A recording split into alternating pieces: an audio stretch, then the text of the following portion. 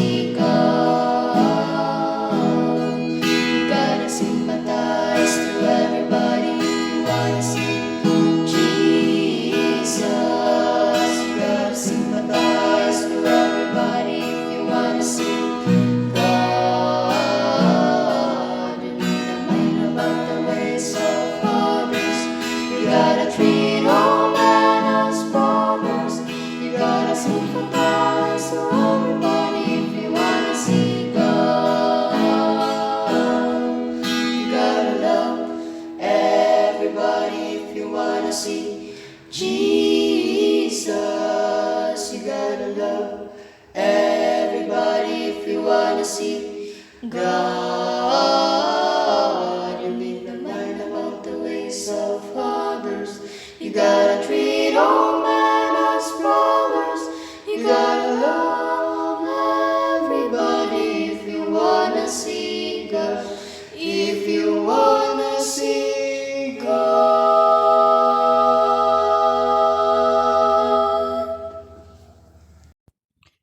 Greetings to everyone once again.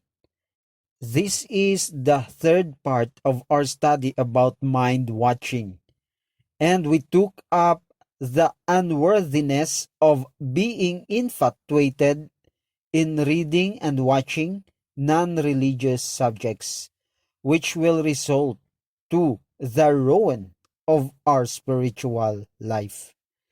And now, let us study another subject which make everyone anxious in their whole life. Jesus Christ himself gave an admonition about this. Matthew 6 verse 25, Therefore I say unto you, take no thought for your life, what ye shall eat, or what ye shall drink, nor yet for your body what ye shall put on. Is not the life more than meat, and the body than raiment? While you do your best, weary not your body and mind with the cares of this life. Do not spoil your religious experience by worry, but trust the Lord to work for you and to do for you what you cannot do for yourself. The life is more than meat. Jesus set an illustration to us. Behold, the fowls of the air, for they sow not, neither do they reap, nor gather into barns, yet your heavenly Father feedeth them. Are ye not much better than they? These lessons were designed to encourage the children of God through all ages, and they have come down to our time full of instruction and comfort. The Savior pointed his followers to the birds of the air as they warb their carols of praise, unencumbered with thoughts of care, for they sow not, neither do they reap, and yet the great Father provides for their needs. The Savior asked, Are ye not much better than they? The great provider for man and beast opens his hand and supplies all his creatures. The birds of the air are not beneath his notice. He does not drop the food into their bills, but he makes provision for their needs. They must gather the grains he has scattered for them. They must prepare the material for their little nests. They must feed their young. They go forth singing to their labor, for your heavenly Father feedeth them. And are ye not much better than they? Are not you, as intelligent spiritual worshippers, of more value than the birds of the air? Will not the author of our being, the preserver of our life, the one who formed us in his own divine image, provide for our necessities if we but trust in him? Another illustration was given by Christ. And why take ye thought for raiment? Consider the lilies of the field, how they grow. They toil not, neither do they spin.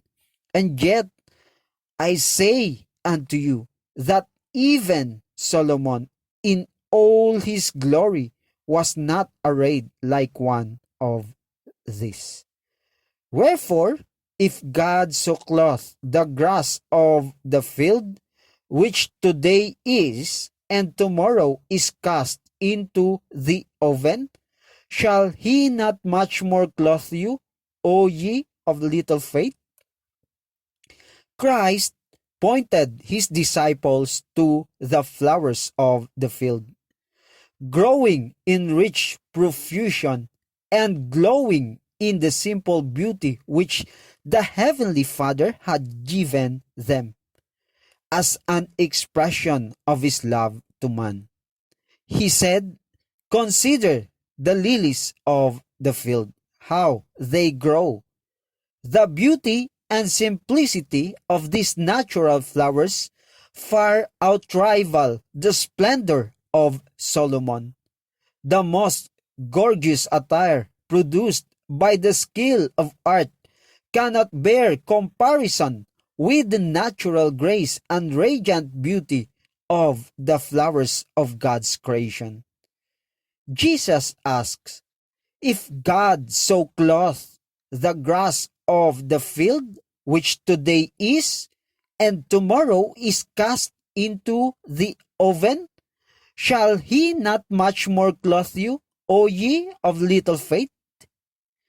If God, the divine artist, gives to the simple flowers that perish in a day their delicate and varied colors, how much greater care will he have for those who are created in his own image?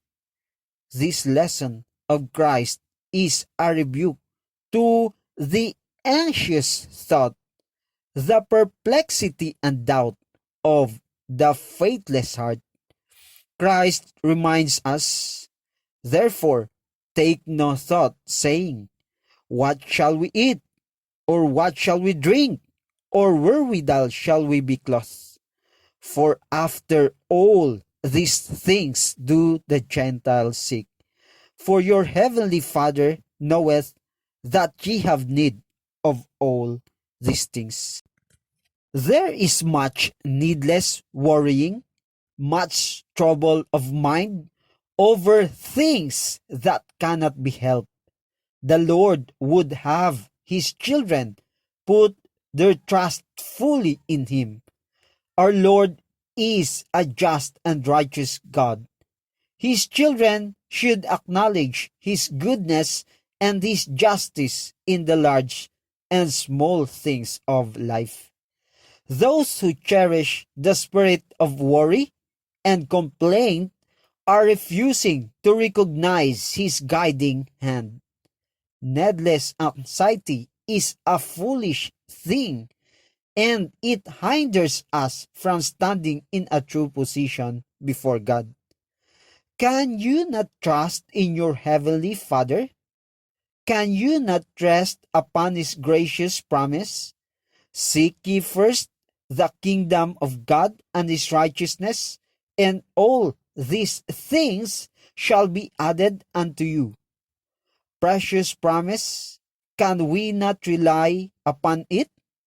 Can we not have implicit trust, knowing that he is faithful who hath promised?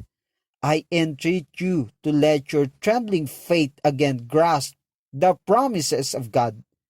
Bear your whole weight upon them with unwavering faith, for they will not, they cannot fail. Something happened.